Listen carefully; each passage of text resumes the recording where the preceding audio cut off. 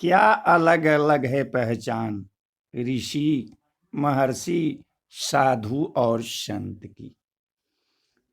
प्राचीन समय में ही ऋषि मुनियों का विशेष महत्व रहा है, क्योंकि ये समाज के पथ प्रदर्शक माने जाते थे। ऋषि मुनि अपने ज्ञान और तप के बल पर समाज के कल्याण का कार्य करते थे और लोगों की समस्याओं से मुक्ति दिलाते थे। आज भी तीर्थस्थल, जंगल और पहाड़ों पर बहुत सारे साधु संत देखने को मिल जाते हैं। लेकिन क्या आपको पता है कि साधु, संत, ऋषि, महर्षि आदि यह सब अलग अलग होते हैं, क्योंकि ज्यादातर लोग इनका अर्थ एक ही समझते हैं। तो आइए आज हम आपको बताते हैं कि ऋषि, महर्षि, मुनि, साधु और संत में क्या अंतर है। ऋषि वैदिक संस्कृत भाषा का शब्द है। वैदिक ऋचाओं के रचयिताओं को ही ऋषि का दर्जा प्राप्त है। ऋषि को सैकड़ों सालों के तप या ध्यान के कारण सीखने और समझने के उच्च स्तर पर माना जाता है। वैदिक कालीन में सभी ऋषि गृहस्थ आश्रम से आते थे। ऋषि पर किसी तरह का क्रोध, लोभ, मोह, अहंकार, ईर्ष्या आदि की कोई रोक टोक नहीं है और ना ही किसी भी तरह के संयम का उल्लेख मिलता है। ऋषि अपने योग के माध्यम से परमात्मा को प्राप्त हो जाते थे और अपने सभी शिष्यों को आत्मज्ञान की प्राप्ति करवाते थे। हमारे पुराणों में सप्त ऋषि का उल्लेख मिलता है, जो केतु, पुलह, पुलस्त, अत्रि, अंगिरा, वशिष्ठ तथा भृगु हैं। और महर्षि तप की उच्चतम सीमा पर पहुंचने वाले व्यक्ति को महर्षि कहा जाता है।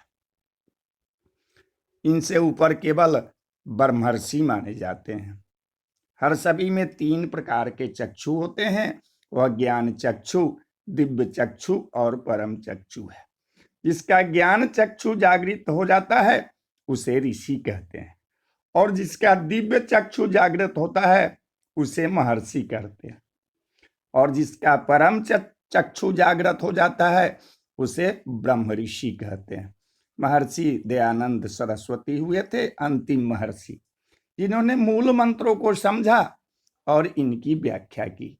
इसके बाद आज तक कोई व्यक्ति महर्षि नहीं हुआ। महर्षि जो होते हैं वो मोह माया से विरक्त होते हैं और परमात्मा को समर्पित हो जाते हैं। मुनि, मुनि शब्द का अर्थ होता है मौन, अर्थात शांति। यानी जो मुनि होते हैं वह बहुत कम बोलते हैं।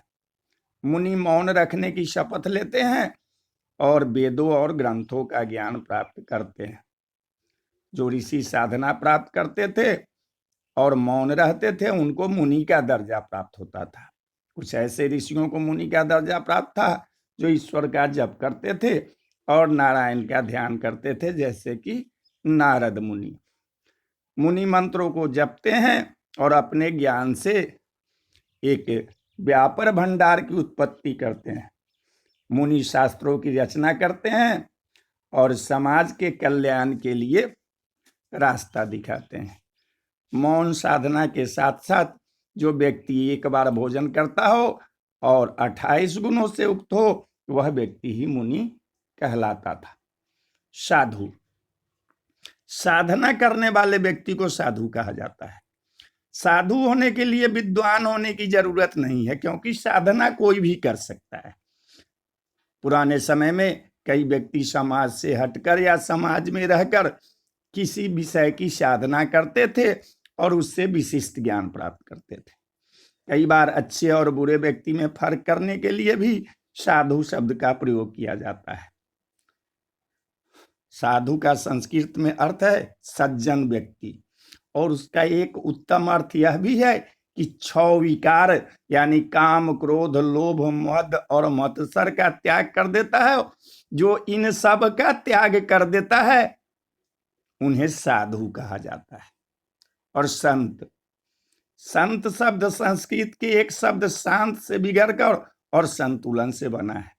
संत उस व्यक्ति को कहते हैं जो सत्य का आचरण करता है और आत्मज्ञानी होता है। जैसे संत कबीरदास, संत तुलसीदास, संत रविदास ईश्वर के भक्त या धार्मिक पुरुष को भी संत कहते हैं। बहुत से साधु महात्मा संत नहीं बन सकते, क्योंकि घर परिवार को त्याग कर मोक्ष की प्राप्ति के लिए चले जाते हैं। इसका अर्थ यह है कि वे अति पर जी रहे हैं। जो व्यक्ति संसार और अध्यात्म के बीच संतुलन बना लेता है उसे संत कहते हैं। संत के अंदर सहजता, शांत स्वभाव में ही बसती है। संत होना गुण भी है और योग्यता भी। तो बोलिए जय जय सिया राम, जय सिया।